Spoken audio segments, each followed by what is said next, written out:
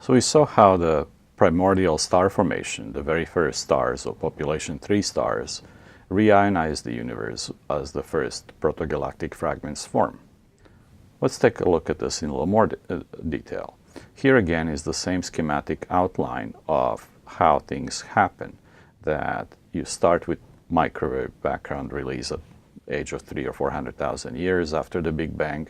Then dark halos keep forming through what's called dark ages, when the universe is about a few 100 million years old, maybe 500 million years old, the very first stars form. Then through the next few 100 million years, until about the age of 1 billion years, the reionization commences, and it's complete by about a redshift of 6.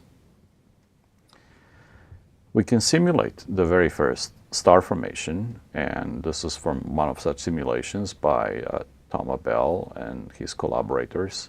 And some of these first stars can ionize the gas around them, as well as contribute metals through their explosions. The way we can actually detect reionization era is through the Gunn-Peterson effect that we mentioned earlier when we spoke about intergalactic absorption. This was developed already in the 1960s.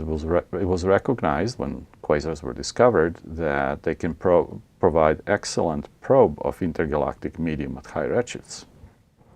And if there is even a small amount of neutral hydrogen, it'll be very effective in absorbing radiation blueward of the Lyman alpha line. It will manifest itself as a sudden drop in flux blueward of the Lyman alpha line.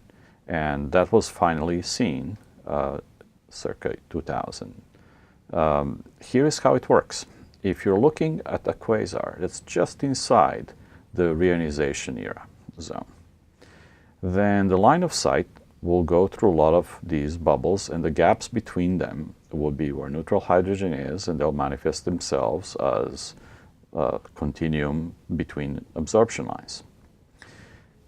As you get closer and closer to the reionization itself, the overlaps of the bubbles will be less and less, and there'll be more neutral hydrogen. They'll just absorb large chunks of spectrum blueward of the Lyman alpha of the quasar itself, and the spectrum may look like something like this.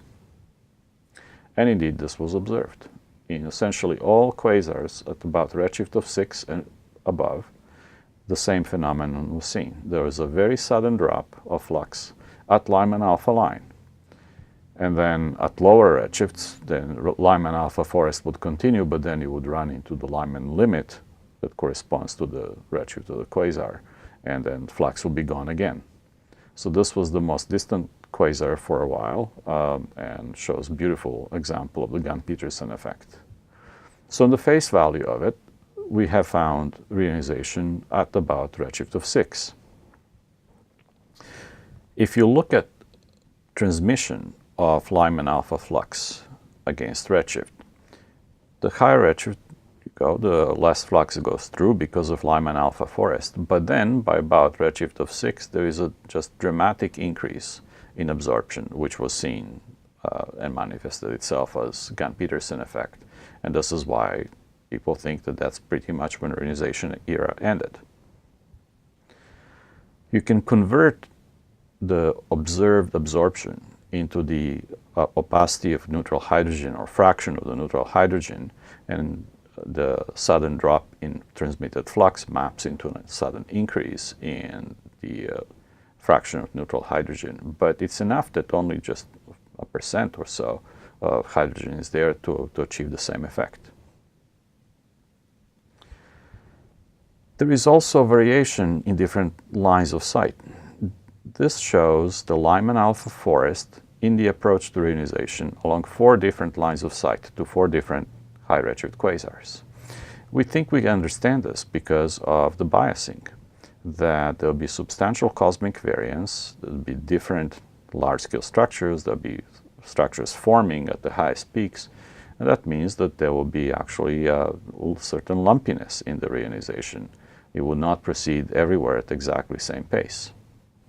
A new effect that was seen with WMAP satellite that measured fluctuations in the cosmic microwave background was a sudden increase in electron opacity that corresponds to reionization, but this one indicated that it happened around redshift of 10 or 20, which would be substantially higher than what quasar data indicated. Now, the more modern analysis of the microwave background data give us optical depth due to free electrons, which come from ionization of hydrogen, and have a peak of reionization around redshift of 10 or so. It's consistent with an instant reionization, but that's physically not very likely, and most likely we're dealing with an extended period from the formation of the very first stars until the time where all of the ionization bubbles overlapped, and that may have taken from redshift 10 or 20 or maybe slightly higher all the way down to redshift of 6. In terms of actual age, that means from a few 100 million years after the Big Bang to close to about 1 billion years after the Big Bang. And even though quasar data by themselves cannot really guarantee that there was a substantial amount of neutral hydrogen, remember only a percent or even fraction of percent is enough to cause the same effect, we have other ways of looking at it. One is counting how many Lyman alpha galaxies are there in any given redshift interval.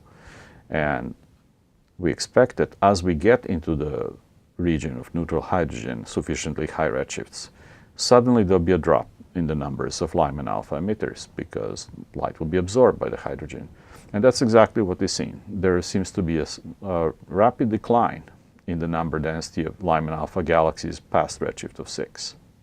Also, in the most distant gamma ray bursts in quasars, we can fit the shape of the absorption that is actually the damped wing of Lyman alpha line, and its shape depends on the amount of neutral hydrogen. So that indicates that there was about 10% of neutral hydrogen by mass or by volume at around redshift of 6. So the universe was not fully neutral, but it was pretty much at the end of that reionization phase then. So combining the data from Lyman alpha galaxies, from quasars, and from microwave background yields a fairly consistent picture that we can see how star formation density in the universe was dropping because galaxies, as we go to higher redshifts, because galaxies were just forming back then. That resulted in change of ionized or neutral hydrogen fraction. It also, as galaxies were being built up, you can infer how much mass was generated in stars. And you can also make predictions of what should have been seen in microwave background measurements, and in fact, that matches the observations. So we now seem to have a reasonably consistent story about formation of first stars and galaxies in that era between redshifts 20, 30 or so, when first stars form, till about redshift of 6 when the reionization is complete. Going even deeper would require a different kind of measurement. Neutral hydrogen, even before any stars are formed, will still be detectable through 21 centimeter line that was used so effectively to map the kinematics of gas in spiral galaxies. And there are theoretical studies of this so that even before first stars are formed, that you can in principle map assembly of baryons in potential wells of future galaxies. And there are radio telescopes and experiments being developed to try to detect precisely this.